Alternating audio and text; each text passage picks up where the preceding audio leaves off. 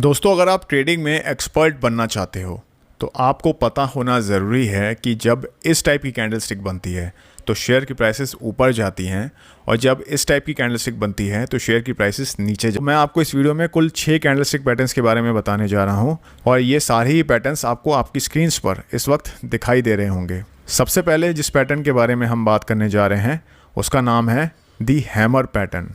तो इस कैंडलस्टिक में हमें सबसे पहले एक स्मॉल बॉडी देखने को मिलती है और इस बॉडी के नीचे हमें एक थिन लाइन देखने को मिलती है जिसे हम लोग विक या फिर शैडो बुलाते हैं। विक का काम होता है आपको किसी कैंडल की फॉर्मेशन के दौरान जो भी उस सेशन की हाईएस्ट और लोएस्ट प्राइसेस थी उसके बारे में बताना, और बॉडी का काम होता है आपको उस कैंडलस्टिक की ओपनिंग और क्लोजिंग प्राइसेस के बारे में बताना।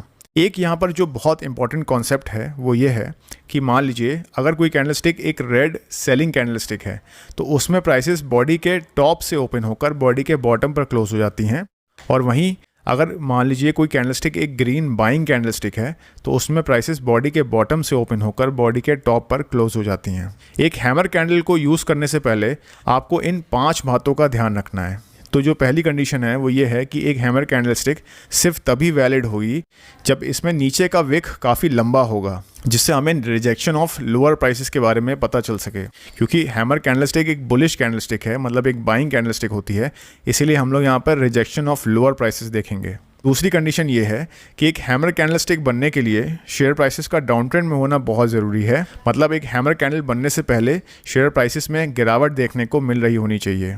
तीसरी कंडीशन ये है कि एक हैमर कैंडल की बॉडी का कलर यहाँ पर मैटर नहीं करता है, लेकिन अगर एक ग्रीन बॉडी वाली हैमर कैंडलस्टिक होगी तो प्राइसेस में रिवर्सल आने की जो संभावना है वो काफ़ी अधिक होगी। हमारी जो फोर्थ कंडीशन है वो ये है कि हैमर कैंडल के बनने के बाद अगली कैंडलस्टिक जो बनती है एक ग्रीन बॉडी बुलिश कैंडलस्टिक होनी चाहिए जो कि हैमर कैंडल के ऊपर हमें एक सक्सेसफुल क्लोजिंग दे दे। और हमारी फिफ्थ और लास्ट कंडीशन ये है कि एक हैमर कैंडलस्टिक में हमें ऊपर की तरफ या तो बिल्कुल भी विक ना देखने को मिले, या फिर अगर वहाँ पर विक है भी तो वो काफ़ी छोटा होना चाहिए। तो दोस्तों, अगर ये 5 कंडीशंस मीट होती हैं तो हमारा हैमर कैंडलस्टिक पैटर्न बन चुका होता है। मतलब अभी तक तो शेयर की प्राइसेस नीचे जा रही थी, लेकिन हैमर पैटर्न बनने के बाद अब प्राइसेस ऊपर की ओर जा सकती हैं। तो एक हैमर कैंडलस्टिक को हम लोग बुलिश रिवर्सल पैटर्न मानते हैं। तो जब ये पैटर्न चार्ट्स पर आपको देखने को मिलता है तो हम लोग यहाँ पर बाइंग करके चल सकते हैं। तो अगर आपको मान लीजिए यहाँ पर ट्रेड करना हो तो आप लोग एंट्री हैमर कैंडल के बाद जो अगली बुलिश कन्फर्मेशन कैंडलस्टिक बनती है उसकी क्लोजिंग प्राइस पर आप लोग अपने ट्रेड में एंटर करेंगे, और अपने स्टॉप लॉसेस को आप लोग या तो एंट्री कैंडल के लो के नीचे या फिर हैमर कैंडल के लो के नीचे प्लेस कर देंगे। अब हम जिस पैटर्न के बारे में बात करने जा रहे हैं उसका नाम है दी हैंगिंग मैन पैटर्न।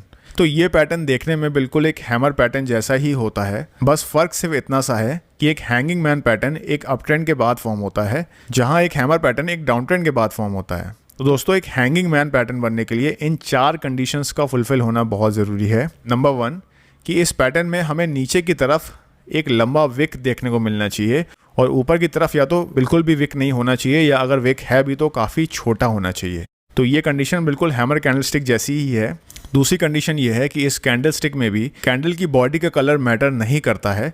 हाँ, लेकिन हैंगिंग मैन पैटर्न क्योंकि एक रेड बेयरिश पैटर्न कंसीडर करा जाता है, तो इसलिए अगर एक रेड बॉडी वाली हैंगिंग मैन कैंडल बनती है तो वो ज़्यादा वैलिड होगी। तीसरी कंडीशन ये है कि एक हैंगिंग मैन पैटर्न बनने के लिए स्टॉक का पहले एक अप ट्रेंड में होना बहुत ज़रूरी है। जैसे एक हैमर कैंडलस्टिक बनने के लिए स्टॉक का पहले एक डाउन ट्रेंड में होना ज़रूरी था, उसी तरह हैंगिंग मैन पैटर्न में हमें स्टॉक प्राइसेस का पहले एक अप ट्रेंड में होना ज़रूरी होता है। फोर्थ कंडीशन ये है कि हैंगिंग मैन कैंडल बनने के बाद जो अगली कैंडलस्टिक बनती है वो एक रेड बेयरिश कैंडलस्टिक बनी हो और वो हैंगिंग मैन कैंडल के लो के नीचे हमें एक सक्सेसफुल क्लोजिंग दे दे। तो जब ये चारों कंडीशंस मीट हो जाती हैं तो हमारा हैंगिंग मैन पैटर्न कंप्लीट हो चुका होता है। मतलब शेयर की प्राइसेस जहां पहले बढ़ रही होती हैं, इस पैटर्न के बनने के बाद शेयर की प्राइसेस गिरने लग जाएंगी, ऐसी बहुत हाई पॉसिबिलिटी हो जाती है। तो मतलब हैंगिंग मैन पैटर्न बनने के बाद शेयर प्राइसेस डाउन ट्रेंड में जा सकती हैं। क्योंकि ये एक बेयरिश पैटर्न होता है, इसलिए हम लोग यहाँ पर एक सेलिंग यानी शॉर्ट साइड के ट्रेड में एंटर कर सकते हैं। तो ऐसा करने के लिए हमें हैंगिंग मैन कैंडल के बाद जो अगली बेयरिश कैंडलस्टिक बनती है उस कैंडल की क्लोजिंग प्राइस पर हम अपनी पोजीशंस में एंटर कर सकते हैं, और क्योंकि हम यहाँ पर सेलिंग कर रहे हैं इसलिए हम अपने स्टॉप लॉसेस को हैंगिंग मैन कैंडल के हाई के ऊपर प्लेस कर देंगे। तो दोस्तों, अगर आपको हैंगिंग मैन और हैमर पैटर्न के बीच में अभी भी कोई कंफ्यूजन है तो इस पिक्चर को देखकर वो पूरी तरीके से दूर हो जाएगी। हैमर एक डाउन ट्रेंड में बनता है और हैंगिंग मैन एक अप ट्रेंड में बनता है। हैमर कैंडल एक बाय सिग्नल देता है और वहीं एक हैंगिंग मैन कैंडल एक सेल सिग्नल देता है। अब दोस्तों जो हमारा थर्ड कैंडलस्टिक पैटर्न है उसका नाम है इन्वर्टेड हैमर। इन्वर्टेड का मतलब हुआ उल्टा, और यहाँ पर आप लोग इसके नाम से बिल्कुल भी कंफ्यूज मत होइएगा, क्योंकि ये कैंडल भी बिल्कुल हैमर कैंडल की तरह ही काम करता है। इसमें और हैमर कैंडल में फ़र्क सिर्फ इतना सा है कि हैमर कैंडल में हमें नीचे की तरफ एक लंबा विक देखने को मिलता है, लेकिन एक इन्वर्टेड हैमर कैंडलस्टिक में हमें ऊपर की तरफ एक लंबा विक देखने को मिलता है। एक इन्वर्टेड हैमर कैंडल बनने के लिए ये 4 कंडीशंस फुलफिल होना ज़रूरी है। नंबर 1, शेयर डाउन ट्रेंड में होना चाहिए, मतलब शेयर की प्राइसेस गिर रही होनी चाहिए। सेम कंडीशन जो हैमर कैंडलस्टिक पैटर्न के लिए थी वो यहाँ पर भी अप्लाई होती है। दूसरी कंडीशन ये है कि इसमें जो अपर विक है वो लंबी होनी चाहिए और नीचे की विक या तो बहुत छोटी होनी चाहिए या तो बिल्कुल भी नहीं होनी चाहिए। दोस्तों ये जो सेकंड कंडीशन है ये एकमात्र डिफरेंस है हैमर और इन्वर्टेड हैमर कैंडलस्टिक के बीच में। दोस्तों यहाँ पर जो थर्ड कंडीशन है वो हैमर पैटर्न की तरह ही है, मतलब यहाँ भी कैंडल की बॉडी का कलर मैटर नहीं करता है। बस क्योंकि एक इन्वर्टेड हैमर कैंडलस्टिक एक बुलिश कैंडलस्टिक होती है, इसलिए एक ग्रीन कलर की बॉडी वाली इन्वर्टेड हैमर कैंडल ज़्यादा प्रभावशाली होगी, ऐसा हम लोग मानकर चल सकते हैं। हमारी फोर्थ और लास्ट कंडीशन ये है कि इन्वर्टेड हैमर कैंडल के बाद जो कंफर्मेशन कैंडलस्टिक बनती है वो एक बुलिश कैंडलस्टिक होगी, जो कि इन्वर्टेड हैमर कैंडल के हाई को ब्रेक करके उसके ऊपर एक क्लोजिंग दे देगी। तो दोस्तों ये 4 कंडीशंस फुलफिल होने पर हमारा इन्वर्टेड हैमर कैंडलस्टिक पैटर्न बन चुका होता है, और इसमें ट्रेड लेने के लिए हमें कंफर्मेशन कैंडल की क्लोजिंग प्राइस पर हम लॉन्ग साइड के ट्रेड में एंटर कर सकते हैं और अपने स्टॉप लॉसेस को हम इन्वर्टेड हैमर कैंडल के लो के नीचे प्लेस कर देंगे। जो हमारा फोर्थ कैंडलस्टिक पैटर्न है उसका नाम है शूटिंग स्टार पैटर्न। दोस्तों ये पैटर्न भी देखने में बिल्कुल एक इन्वर्टेड हैमर कैंडलस्टिक पैटर्न की तरह ही होता है, बस यहाँ पर फ़र्क इतना है कि जहाँ एक इन्वर्टेड हैमर कैंडलस्टिक पैटर्न एक डाउन ट्रेंड के बाद फॉर्म होता है, वहीं एक शूटिंग स्टार पैटर्न एक स्ट्रॉन्ग अप ट्रेंड के बाद मार्केट के टॉप लेवल्स पर फॉर्म होता है। तो दोस्तों एक शूटिंग स्टार पैटर्न बनने के लिए यहाँ पर इन 4 कंडीशंस का पूरा होना ज़रूरी है। पहली कंडीशन ये है कि एक शूटिंग स्टार कैंडल बनने के लिए पहले शेयर की प्राइसेस को अप ट्रेंड में होना ज़रूरी है, यानी कि शूटिंग स्टार कैंडल बनने से पहले शेयर प्राइसेस बढ़ रही होनी चाहिए, जबकि इन्वर्टेड हैमर कैंडल के केस में ये कंडीशन बिल्कुल उल्टी थी। हमारी दूसरी कंडीशन ये है कि एक शूटिंग स्टार कैंडल में भी जो अपर विक है वो काफ़ी लंबी होनी चाहिए और जो लोअर विक है वो या तो बिल्कुल भी नहीं होनी चाहिए या फिर काफ़ी छोटी होनी चाहिए, बिल्कुल एक इन्वर्टेड हैमर कैंडल पैटर्न की तरह। तीसरी कंडीशन ये है कि एक शूटिंग स्टार कैंडल की बॉडी का कलर यहाँ पर रेड हो या ग्रीन हो इससे फ़र्क नहीं पड़ता है, लेकिन क्योंकि शूटिंग स्टार एक सेलिंग सिग्नल देता है, मतलब एक बेयरिश रिवर्सल पैटर्न होता है, इसलिए अगर एक रेड कलर की शूटिंग स्टार कैंडलस्टिक बनती है तो वो ज़्यादा वैलिड होगी। और चौथी और आखिरी कंडीशन ये है कि शूटिंग स्टार कैंडलस्टिक बनने के बाद जो अगली कैंडलस्टिक बनती है वो एक रेड बेयरिश कैंडलस्टिक बननी चाहिए, जो कि शूटिंग स्टार कैंडल के लो के नीचे या फिर उसके क्लोज के नीचे एक सक्सेसफुल क्लोजिंग दे दे।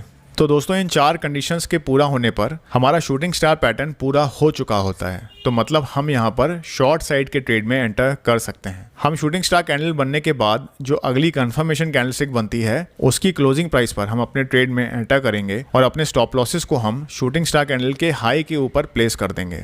नाउ फ्रेंड्स, हमारा जो 5th कैंडलस्टिक पैटर्न है उसका नाम है बुलिश एनगल्फिंग पैटर्न, और इसके नाम से ही आपको पता चल रहा होगा कि ये एक बुलिश रिवर्सल पैटर्न है। मतलब इस पैटर्न के पूरा हो जाने के बाद शेयर की प्राइसेस में हमें तेज़ी आते हुए देखने को मिल सकती है। तो दोस्तों इस पैटर्न में पहले तो शेयर की प्राइसेस एक डाउन ट्रेंड में थी, लेकिन फिर एक big green bullish candlestick form होती है जो कि पिछली रेड बेयरिश कैंडलस्टिक को पूरी तरीके से कवर कर लेती है, मतलब उससे कम्प्लीटली एनगल्फ कर लेती है। तो इस कैंडलस्टिक के बनने के लिए पहले तो शेयर की प्राइसेस थोड़ा सा नीचे ओपन होती हैं, फिर एक नया हाई बनाकर पिछली रेड कैंडल के ऊपर क्लोजिंग दे देती हैं, और इसी प्रकार ये प्रीवियस कैंडल को पूरी तरीके से एनगल्फ कर लेती है। तो अगर आप एक बुलिश एनगल्फिंग पैटर्न में ट्रेड लेना चाहते हैं तो आप बुलिश एनगल्फिंग कैंडल बनने के बाद जो अगली बुलिश कंफर्मेशन कैंडलस्टिक बनेगी उसकी क्लोजिंग प्राइस पर आप लोग बाइंग साइड के ट्रेड में एंटर कर सकते हैं, और अपने स्टॉप लॉसेस को आप लोग एंट्री कैंडल के लो के नीचे या फिर एनगल्फिंग कैंडल के लो के नीचे प्लेस कर सकते हैं। एंड फाइनली हमारा जो 6th कैंडलस्टिक पैटर्न है उसका नाम है बेयरिश एनगल्फिंग पैटर्न, और ये पैटर्न एक बुलिश एनगल्फिंग पैटर्न से ठीक उल्टा होता है, और ये शेयर प्राइसेस में एक अप ट्रेंड के बाद मार्केट टॉप पर फॉर्म होते हुए देखने को मिलता है। तो मतलब इस पैटर्न के बनने के बाद शेयर की प्राइसेस जहां पहले अप ट्रेंड में थी अब वो डाउन ट्रेंड में जा सकती हैं। तो इस पैटर्न के बनने के लिए सबसे पहले जैसे मैंने आपको बताया कि शेयर की प्राइसेस बढ़ रही होनी चाहिए, फिर जो अगली कैंडलस्टिक बने वो पिछली कैंडलस्टिक से थोड़ा ऊपर ओपन हो और फिर एक नया लो बनाकर क्लोज हो जाए और ये पूरी तरीके से पिछली बुलिश कैंडलस्टिक को एनगल्फ यानी कवर कर ले। तो अगर आपको इस पैटर्न में ट्रेड करना हो तो बेरिश एनगल्फिंग कैंडलस्टिक बनने के बाद जो अगली कंफर्मेशन कैंडलस्टिक बनती है उसकी क्लोजिंग प्राइस पर आप लोग शॉर्ट साइड के ट्रेड में एंटर करेंगे और अपने स्टॉप लॉसेस को आप लोग एनगल्फिंग कैंडल के हाई के ऊपर प्लेस कर देंगे। तो दोस्तों ये तो थे वो 6 कैंडलस्टिक पैटर्न्स जिसकी मदद से आप ये पता लगा सकते हैं कि कब शेयर की प्राइसेस ऊपर जाएंगी या फिर नीचे। इसके अलावा और भी काफ़ी सारे इंपॉर्टेंट कैंडलस्टिक पैटर्न्स होते हैं जैसे कि piercing line pattern, dark cloud cover, bullish harami, bearish harami, morning star, evening star, bullish kicker, bearish kicker, gravestone doji, dragonfly doji, long legged doji, doji star.